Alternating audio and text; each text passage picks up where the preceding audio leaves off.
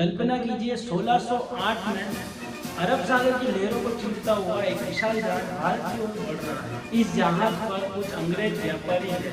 उनके हाथों में तलवारें कम और व्यापार के सपने ज्यादा हैं। उन्हें नहीं पता था कि उनका यह सफर इतिहास की सबसे बड़ी घटनाओं में बन जाएगा।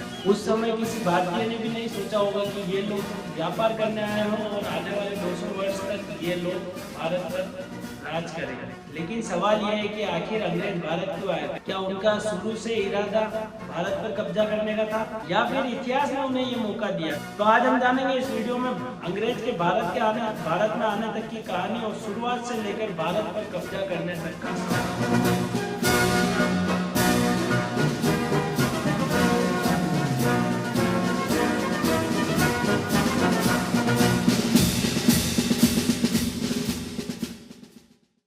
अंग्रेजों की कहानी समझने से पहले हमें उस समय का भारत कैसा था वो सबसे पहले जानना जरूरी। यानी सन 1600 के आसपास भारत दुनिया का सबसे अमीर देश माना जाता था और इतिहासकारों के अनुसार उस टाइम पर भारत की अर्थव्यवस्था दुनिया की 22 से 25% लगभग थी।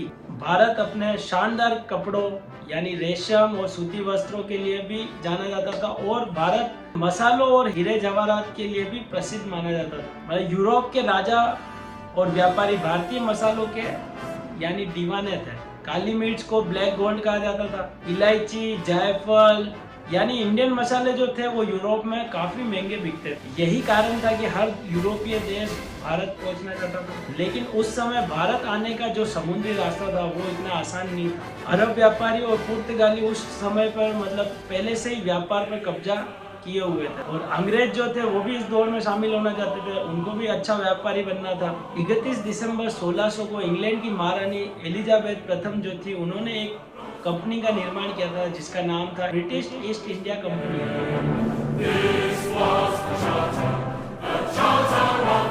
ये कोई सरकारी सेना नहीं थी, ये एक निजी व्यापारिक कंपनी थी और कंपनी का लक्ष्य सिर्फ एक था कि भारत और एशिया में अच्छे से अच्छा व्यापार करके मुनाफा कमाना। कुछ साल बाद 1608 में अंग्रेजों का एक जहाज हेक्टर जो पहली बार भारत के सूरत बंदरगाह पर पहुंचा था। उस समय भारत में मुगल सम्राट जहांगीर का शासन था तो अंग्रेजों ने जहांगीर से व्यापार करने की अनुमति मांगी, लेकिन शुरुआती दौर में उनको आसानी से अनुमति नहीं मिली। लेकिन फिर कई वर्षों तक बातचीत करके उन्होंने अंग्रेजों को आखिरकार व्यापार करने की अनुमति मिली और यहीं से भारत में अंग्रेजों की असली शुरुआत हुई।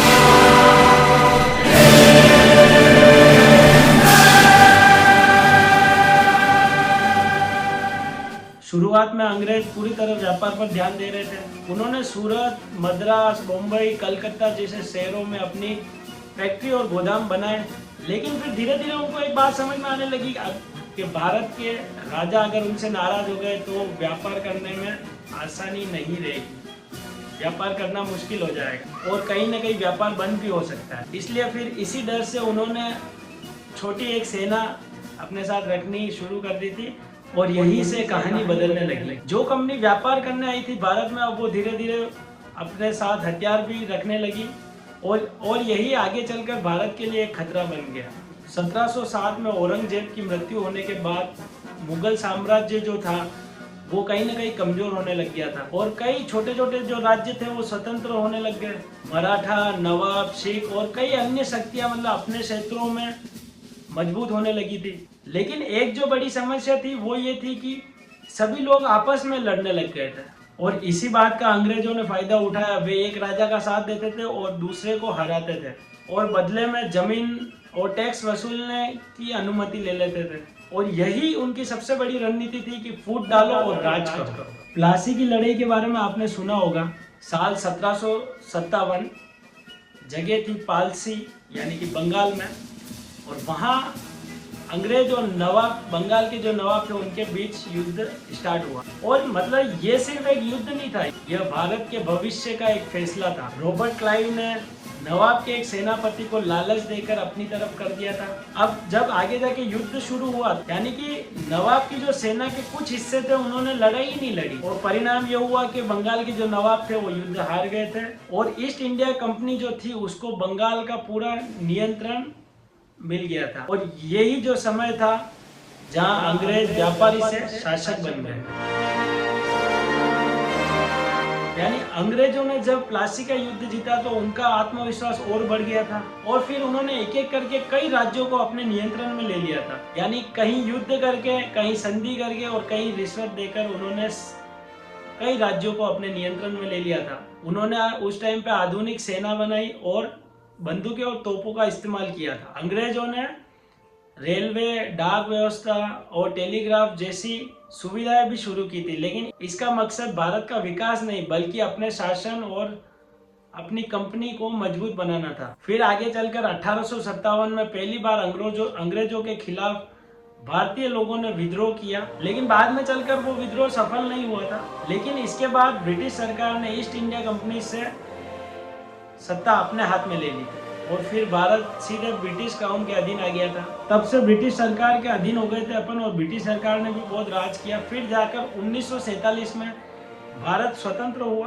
भारत को आजादी मिली, अंग्रेज भारत छोड़कर चले गए थे। तो इसका निष्कर्ष क्या निकला? अब इसका निष्कर्ष अगर देखा जाए, क्या अंग्रेज शुरू से ही भारत पर कब्जा करने आए थे? नहीं, वो सिर्फ व्यापार करने आए थे। मतलब हिस्ट्री या इतिहास अगर पढ़ेंगे तो उसमें तो यही है कि वो सिर्फ व्यापार करने आए थे। लेकिन भारत की राजनीतिक स्थिरता और आपस में राजाओं की लड़ाई और ये देखकर अंग्रेजों ने सोचा कि ये ही असली मौका है और भारत को कब्जे में ले लिया जाए। तो फिर धीरे धीरे उन्होंने व्यापार को साम्राज्य बना लिया। मतलब सोचो आप, एक छोटी सी कंपनी जो सिर्फ मसाले खरीदने आई थी और वह दुनिया के सबसे बड़े देशों में से एक की शासक बन गई। मतलब इतिहास हमें यही बताता है कि जब कोई देश आंतरिक रूप से कमजोर होता है तो बाहरी जो ताकतें होती है वो उनको अपने नियंत्रण में लेना आसानी से ले सकती है, यानी उनके लिए आसान हो जाता है। तो ये था कुछ वीडियो की इन्फॉर्मेशन। अगर आपको ये वीडियो पसंद आई है तो वीडियो को लाइक करके जाना और चैनल पर नए हो तो चैनल को सब्सक्राइब करके भी जाना।